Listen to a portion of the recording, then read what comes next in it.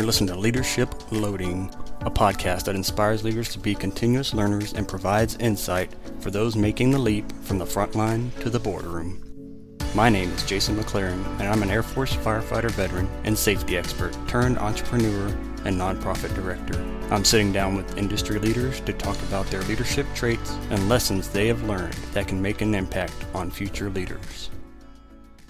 Hey everybody, it's Jason McLaren, and I'm here with my guest, John Bourgeois. He's coming to us with over 15 years of experience in the corporate world, leading and training and developing leaders. So that's why I wanted him to come on the show today, chat with us a little bit about leadership and his career and what he's done and how he got out of the corporate world and started on his own track to stop making excuses and catching his dreams. So his goal is to go on several podcasts over the 72 hours, and I believe I'm at the end of that trail. That's correct. So maybe we can ask him a little bit how that's going. So John, yeah, absolutely. Thanks, man. On. Thanks for having me on. I really appreciate it. Yeah. So let's start with that. How's the podcast tour going? Man, it's going awesome. It's definitely fast and lots of questions, but dude, I love it. I love connecting with people. It's one of the things that I've always been really, really good at is just being able to have conversations with people. And it's why I've been able to climb the corporate ladder the way I have, as well as I've got several accolades when it comes to like sales and things like that, in-house sales. The last 7 years I spent in-house sales, collecting awards, building teams, all that sort of stuff. So I just enjoy chatting with people. And the awards, I think you told someone on one of your podcasts you got like a 2-cent bracelet one time.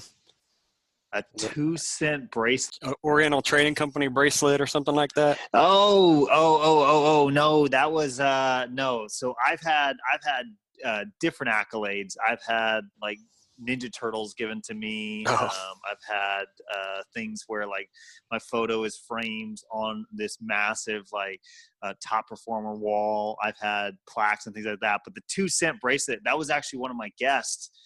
That's where he actually made the decision when he got this 2-cent bracelet. He's like, yeah, I just oversold like 2.5 of the floor and I'm walking away if you're giving me a 2-cent bracelet. Oh, there you go. Okay. Now that makes sense. Yeah. So, how'd you get started? How'd you go from the corporate world to being an author and podcaster?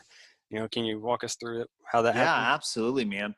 I think the funny thing is it's actually the reverse. Growing up, I grew up on a little island in the middle of the Pacific called Guam.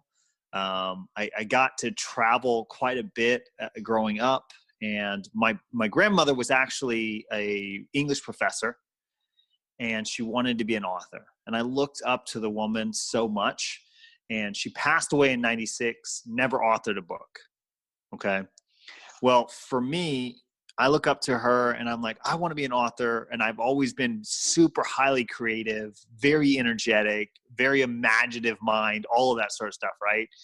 And so I've always aspired to be an author, but I was always told, John, you're too hyperactive. There's no way you can sit still and write something. And then on top of that, you want to make money. Like my dad was an entrepreneur. I've always wanted to like build a legacy, build an empire for my family. And so the notion was, well, if you want to be an author, authors don't make money. They die and then their books become famous. Well, so that kind of like was like, okay, toss between the two. So I've always been an author, always been a writer. Even from a young kid. But for me, I pushed that dream off for decades, literally decades, 10 years of time. And I went after the corporate world because that's how I thought, okay, if I want to make money, that's the only way I'll ever be able to do it. And so I went through the corporate ladder, and eventually I just got sick and tired of myself. And I was disgusted with myself. I had several accolades at the height of my career. I'm overseeing 5 states, 297 locations. Like I've got the accolades, I've got the awards. I know how to build leaders. I know how to do all of that, but I'm still not walking out my dream. And for a couple of different courses of events, I finally made the decision, enough's enough. Let's go out and catch these things. Definitely. So can you tell us what are some of the corporate things you've done? Absolutely, man. Which industry would you like me to start in? I guess go through from the Yeah, beginning, I exactly. guess. Yeah. So I put it like this, right? Had I finished medical school, I'd be a doctor. Okay. So that's where it all started. I dropped out of medical school twice. So that's the first thing. And I got my managerial experience initially sweeping floors and working harder than anybody else. They looked at me and they go, "This is a hard worker. Let's give him a shot." So I started there. It was a small internet cafe. That's where I started. Moved into a different industry, which was back in the day. I was living in Australia, so it was equivalent to like a Blockbuster. Obviously, guys, if you don't know what a Blockbuster is, I just dated myself. They used to be around, I think but there's one left. yeah, exactly. But so got into the video industry, and then from there moved into the coffee industry. That's where I started to multi-manage and oversee several locations. And this was all, again, in Australia. Then I moved from Australia to Southern California, and this is where I began to multi-state manage. So I was overseeing both franchise locations. I was also overseeing corporate locations, traveling quite a bit. Got out of there, got into multi-site managing, but with more the convenience industry, the convenience store industry, and then finally moved up this direction. And now I was overseeing 5 states in Seattle, Washington, Idaho, Oregon, Montana, Alaska, traveling quite a bit, lots of locations under my belt. And then from there, I moved into in-house sales and had been doing that for the last 7 years or so. So, All right. And so how many books do you have right now? so we just published The Pin and Its Author. It went to an Amazon bestseller week 1, which is awesome. And are you familiar with The Alchemist? No, I am not. Okay, so Alchemist is like if you ever listen to Oprah, Will Smith, some of the big names, they'll always recommend The Alchemist. Like it's one of those books that you hear them recommend all the time. Well, I read this book literally. I've started reading it since 2016. I read it every single year. So this will be my 5th year that I will read it. And I get something brand new out of it every time. It is a fable, which is a fiction and a nonfiction married together. Well, Right. I wanted to do the exact same thing, and that's exactly what I did with The Pin and Its Author. I went ahead and I've learned these principles, and I want to be able to, one, I want to be able to teach it back to my kids, but 2, more importantly, I want to be able to teach it back to our dream catchers. And I decided, okay, sweet. I'm going to take a fiction. I'm going to take a nonfiction. I'm going to merge them together. And I'm going to give something that's super easy to read, but when you're done with it, you're like, I've got something actionable that I can literally go away from and figure out how do I turn my dreams into reality. Definitely. So you suggest those books for those listening? Absolutely, man. There would be a handful of books that I would recommend. One of them would be 4-Hour Workweek, You're Read a it? Badass, The Alchemist, Jump by Steve Harvey, and then I'm forgetting one other book The Millionaire Success Habits by Awesome. Dean Graziosi. Awesome. I'll put those in the show notes. Thanks. All good. I've read the 4-Hour Workweek. Haven't read any of the other ones yet. Time to get on it. 4-Hour Workweek was one that I read several years ago, but it was a mind shift for me. It was in the time that I was actually like deep in the corporate world and just trying to chase titles, chase accolades, chase the next comma on my paycheck, right? I was going after all of that. And the 4-Hour Workweek was this aha moment that was like oh, we could do something different and make money and enjoy our lives and not want to go home every night and bang your head up against the wall and go, do I have to go back tomorrow to the 9 to 5? Like we could do that. Right. Okay, let's go ahead and do that. Definitely. So getting into all of that, what are some of your struggles you faced? I know you've been through a lot, so can you share some of that? Yeah, absolutely, man. Well, I mentioned one. I dropped out of medical school twice. I thought going in, I thought that the only way to help people and make money was being a doctor. Problem is I'm squeamish with blood. I didn't know that until I got into the actual space. And that's not a good ER doctor. I'm just going to Right. say, like, that's not the best. So from there, I got into, like I mentioned, developing leaders, coaching sales guys, and teaching them exactly the philosophy of how to sell, what it looks like, how to get somebody interested, building value, all that sort of stuff. And then, like, I had the titles, I had the cars, I had the house, I had everything like that. I kept pushing my dream off for the next tomorrow when I had the next accolade or whatever, and I lost it all. Literally lost it all. I went from having a 13-year relationship to it disappearing. I had a 4-bedroom home. Now I'm in a 750 square foot apartment, no furniture, no bed, sleeping on the floor for 8 months. Ashamed to even bring my kids upstairs because I don't want them to see how far dad's fallen. I'm only seeing my kids once a week on a Saturday for like 12 hours at tops. And I wrestled for about 3 years with trying to figure out who I was, and in a deep, deep, deep depression. Mainly because, and here's the thing, Jason, like, mainly because for 30 plus years, I chased relationships and I chased accolades to define me. The problem with that is when you're chasing relationships and accolades, it's great when you have the relationship and it's great when you have the accolades. Your self-esteem is super high when you've got both of those. When you don't have them because you haven't defined your own self-worth, your esteem disappears, right? Right. And so for me, for 3 years, I had to discover, okay, I've lost everything. Who am I without anything? And that was a massive defining moment for me. That's why we're even having this conversation. I would have never Yeah. picked up, my book and started writing it had I not discovered who I was. The Dreamcatcher Show would not be a top-rated Apple podcast if I had not discovered who I was. We wouldn't even be having this conversation if I hadn't discovered it. I wouldn't be writing my second book.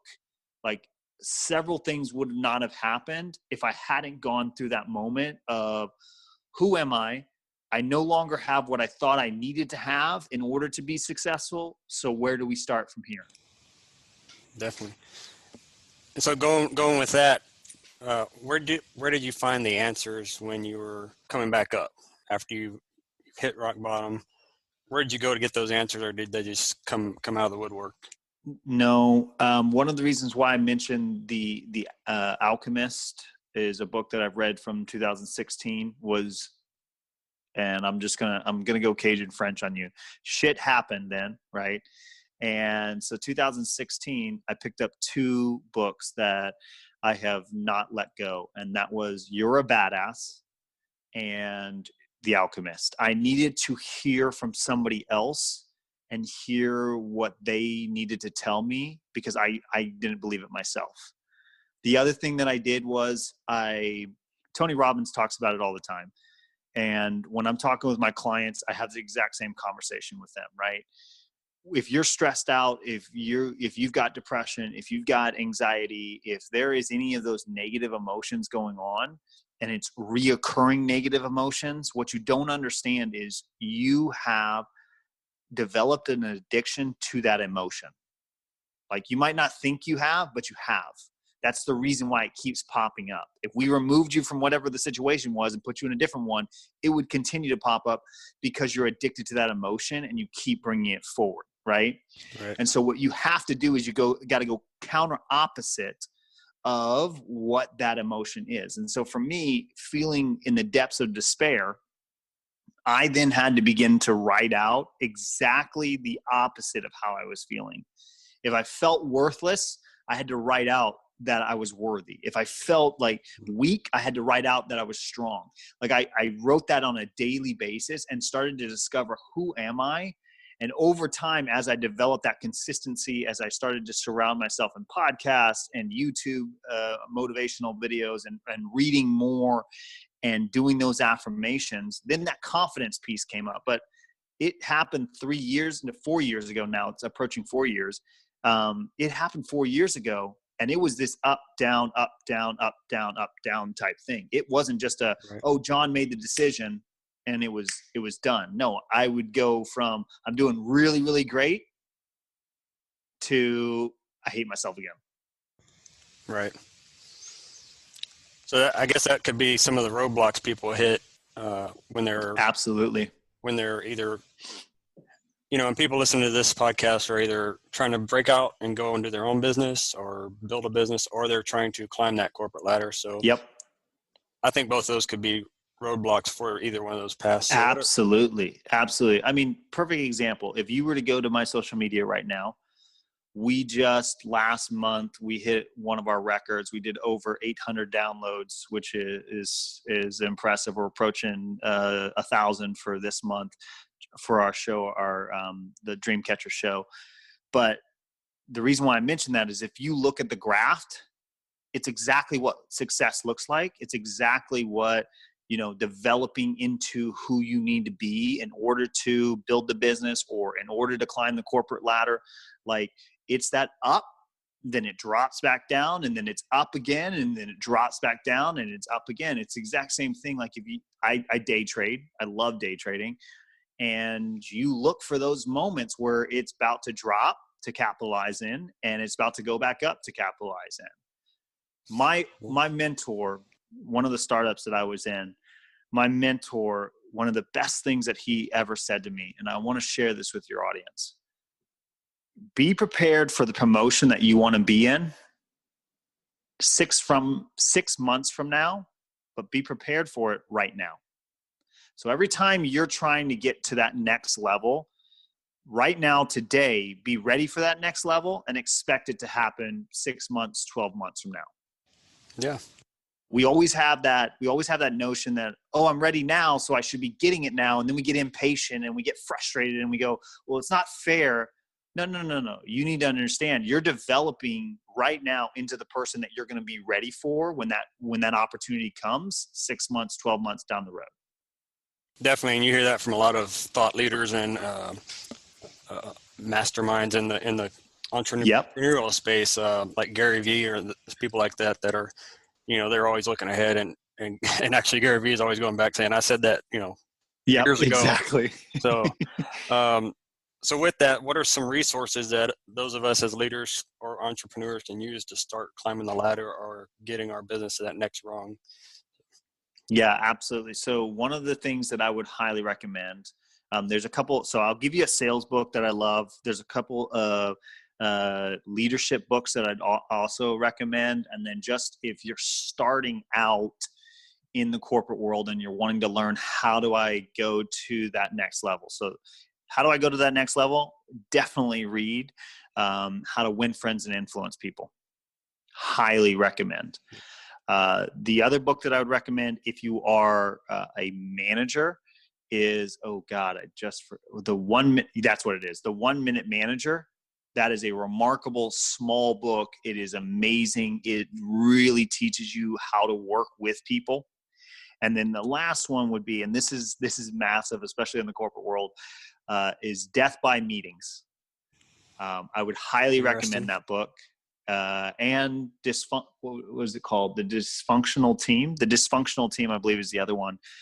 Both of those they're phenomenal books, but one of the things that I was known for in the corporate world was being able to go into an area where it was underperforming and turn it around.